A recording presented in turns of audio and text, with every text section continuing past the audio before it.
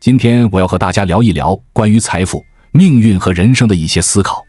你们有没有想过，为什么有些人能够轻松致富，而另一些人却一直陷在贫困的泥淖中？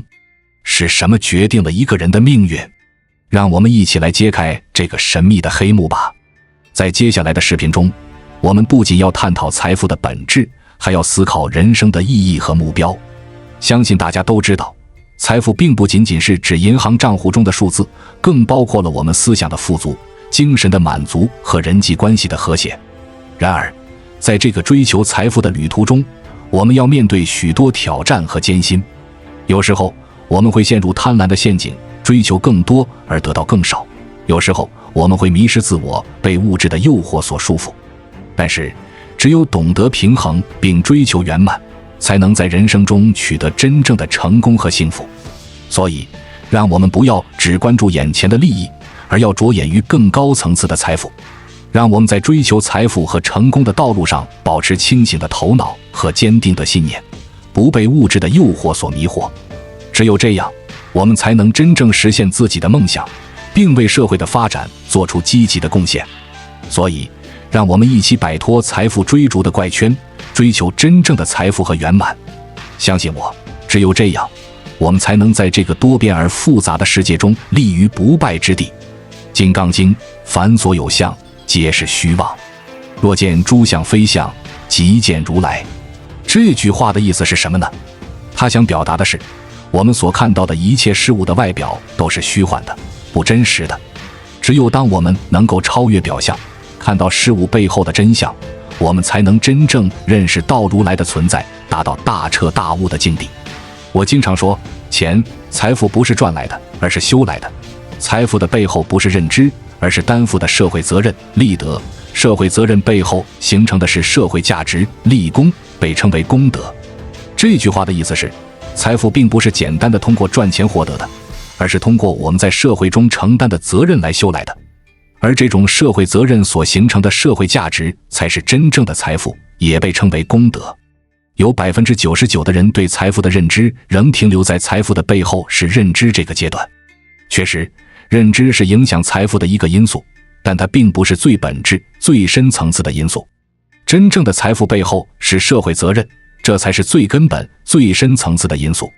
一个人的财富与他们所承担的社会责任是相匹配的，这意味着一个人的财富多少与他们对社会贡献的多少是相关联的。因此，我们可以得出一个结论：事物的本质往往不是隐藏在事物背后看不到的真相或实相，而是需要我们站在一个更高的维度，超越事物本身去审视事物，从宏观的角度看待事物的整体。真正的本质隐藏在事物背后的实相、认知、思考和真相之中。这要求我们具备深度思考和深度认知的能力。不管是古代的亚商圣胡雪岩，还是商圣范蠡，以及经商奇才张謇，还是现在的企业家，他们都有一个共同点，他们都是商人或企业家。虽然商人和企业家有所不同，商人通常是为了追求利益而从事商业活动，常常被人们形容为无奸不商，因为追求利益是商人的本性。然而，企业家经营企业也需要盈利，但盈利并不是他们的唯一目标。企业家还需要承担社会责任，为社会创造价值并做出贡献。如果盈利成为了唯一的目标，那么这个人就不能被称为企业家。在我们进一步探索之前，别忘了关注才知道并点击小铃铛。我们将继续揭示更多关于金钱的真相，助你迅速实现财务自由。人们常说的命运，其实是指一个人的天命。也就是说，每个人在某个方面都有与众不同的特长和优势，这就是每个人的天命。然而，一个人的天命并不是那么容易发现的，只有经历了困难和挫折的人才能真正发现自己的天命。这也正是俗话说的天无绝人之路，当一个门关闭时，必然会有一扇窗户为你打开，而这扇窗户就是你的天命及你的天赋所在。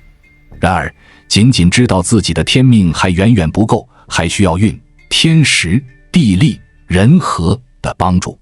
运指的是一个人后天的命运，但是运是需要个人自己努力、自律和良好习惯来创造的。也就是说，你必须让先天的天命与后天的命运相匹配，这就是所谓的运。只有这样，你才能塑造自己的命运。一个人的天命决定了他的性格，而性格又决定了他的人生整体和人生的边界与局限。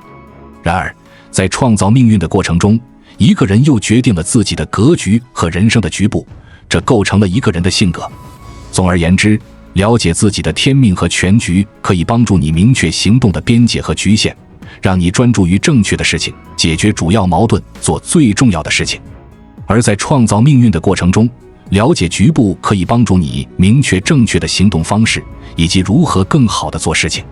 孔子曰：“50之天命。”据孔子的说法，一个人到了50岁时，才会真正明白自己在这个世界上的使命和命运。然而，在现实生活中，这并不是绝对的规律。实际上，有些人可能在年轻时就经历了一系列的挫折和考验，从而提前认识到自己的天命。他们可能在10几岁、20几岁、30几岁，甚至在40几岁时就找到了自己的人生目标和意义。这与个人的悟性和觉醒能力密切相关。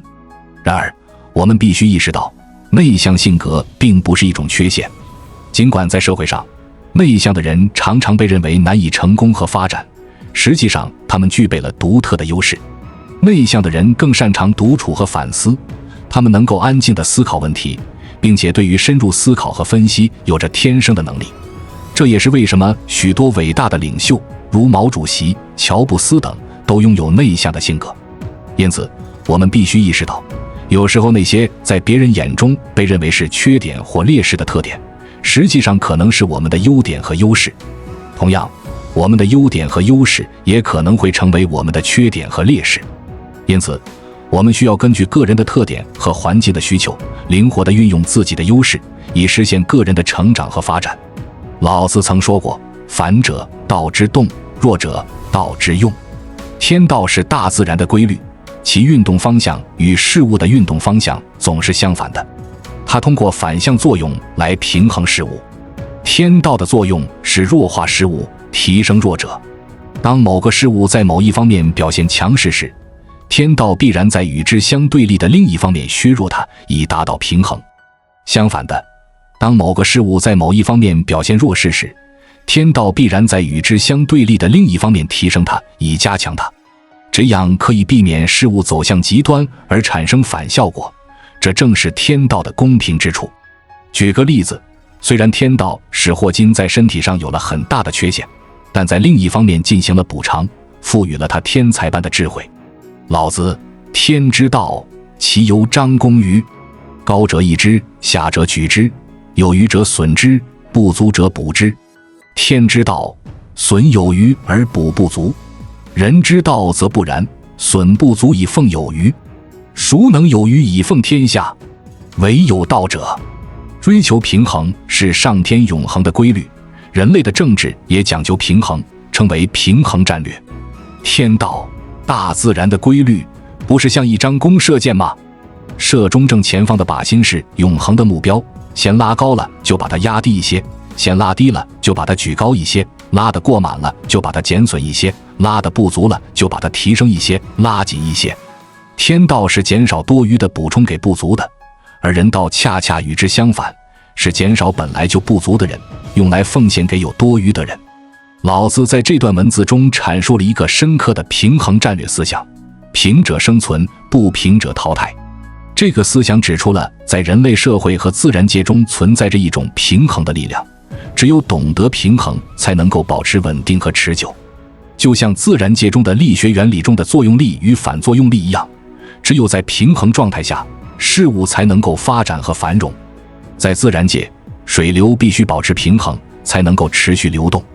同样的，人们的生活也需要保持平衡，才能够保持健康和幸福。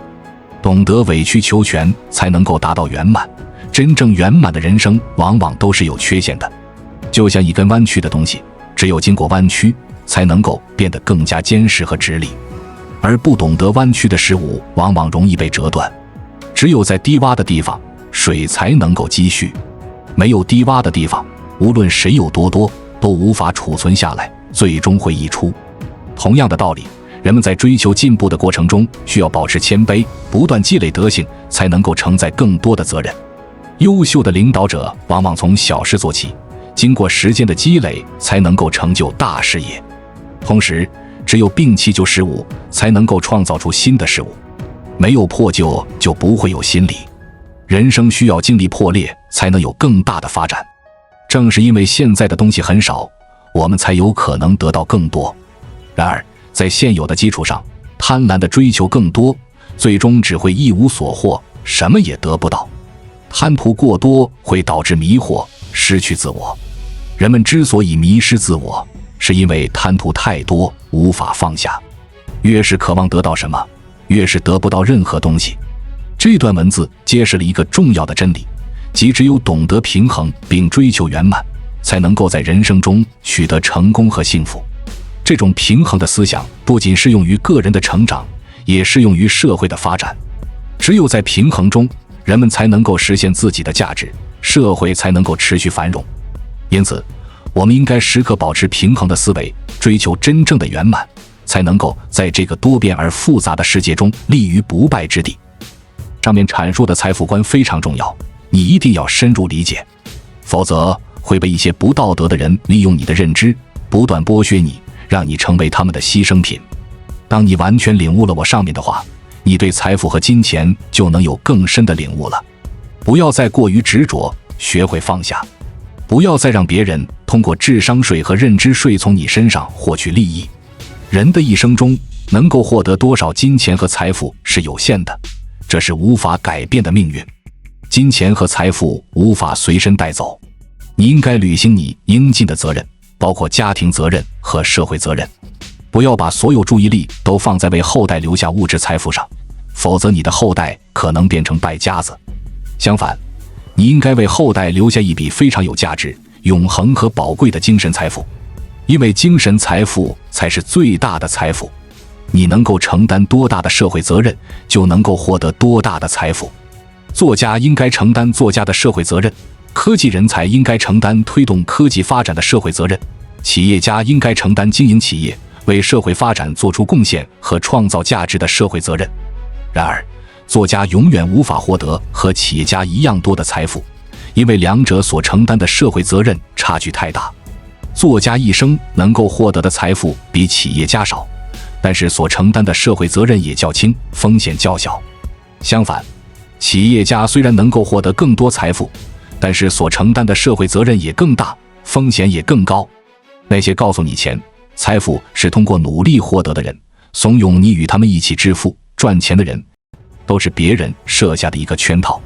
他们通过建立自己的财富渠道来吸引你，让你交纳智商税、认知税，先赚走你的钱。至于你进入后能学到多少东西，学到什么程度，能否有所收获，这完全取决于你的造化。因为这些设局的人非常狡猾，他们深谙人性，利用人性的弱点。一方面，大多数人都追求新鲜感，只图眼前的利益，却不真正去学习。另一方面，如果有人没有学到什么东西，没有取得成果，那只能怪这个人自己懒散。而这些设局的人则有理由为自己开脱，推卸责任。他们既获得了财富，又不用承担责任，真是聪明绝顶，狡猾至极，简直是一件双雕的美事啊！要改变命运，绝非易事。如果只是看几本书，听几堂课，认识几个大佬，进入几个圈子就能彻底改变命运，那岂不是人人都能成为大佬了？那些将自己的命运寄托于他人身上的人是愚蠢的，而那些靠自己自力更生的人是明智的。在过去，存在着一个充满饥饿、贫困和战争的世界，但是在这个世界上，一群人站了出来，他们身上充满了自豪感。尽管贫穷使他们忍受着身体的痛苦，但无法磨灭他们坚韧的意志，无法摧毁他们崇高的灵魂，更无法侵蚀他们无畏的精神、自由思想和坚定信念。他们拿起了笔，用他们敏锐的文字书写和阐释了他们精彩的一生和传奇，上演了一代又一代令人感动的故事，涌现出许多伟大的思想家，并为后人留下了宝贵的、永恒的、永不磨灭的精神财富。正如曾国藩在《兵谏》中提到，功名看气概，富贵看精神。如今战争已去，你我都生在一个没有硝烟的国度，这里物质丰富，人们生活水平普遍提高，按照常理来说，应该是一代更比一代强，但实质上是一代不如一代。更可怕的事情出现了，物质上的富饶并没有让那些大众有所觉醒，发奋学习与成长，珍惜现在来之不易、伟大烈士用鲜血换来的美好生活，反而让这些大众变得越来越愚昧、庸俗，沉迷物欲无法自拔。物质越丰富，他们的精神越匮乏，思想龌龊，观念腐朽，精神迂腐。老子《道德经》：知足者富，强行者有志，不失其所者久，死而不亡者寿。人能懂得知足，就是富有的人。人的富与不富，就是看这个人是否懂得知足，知足够不够。如果够了，人自然富有。如果一个人欲望越多，还想着一夜暴富，那即使拥有再多的财富，也不能富有，还是一副穷疯了的心态。就像喝水，不是看这个人已经喝了多少水，而是看这个人不渴了才是喝够了。如果这个人要是喝盐水，喝再多也是渴的，直到喝到胀死为止。人为财死，鸟为食亡，描述了大多数人悲催的一生，都是金钱的奴隶，从来没有真正为自己活过，哪怕是一天。所以富有不是看你拥有了多少看得见的阳物质金钱，而是看你拥有了多少看不见的阴的财富，比如思想、精神、自信、快乐、时间、健康、爱、幸福、辞让等。富有确实没有标准，在数量上也没有标准，在内容与形式上也没有标准。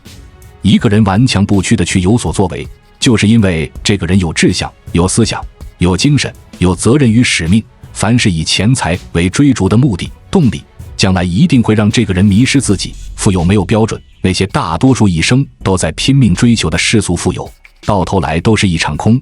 而志向远大，才能让一个人不断前进，实现生命真正的价值。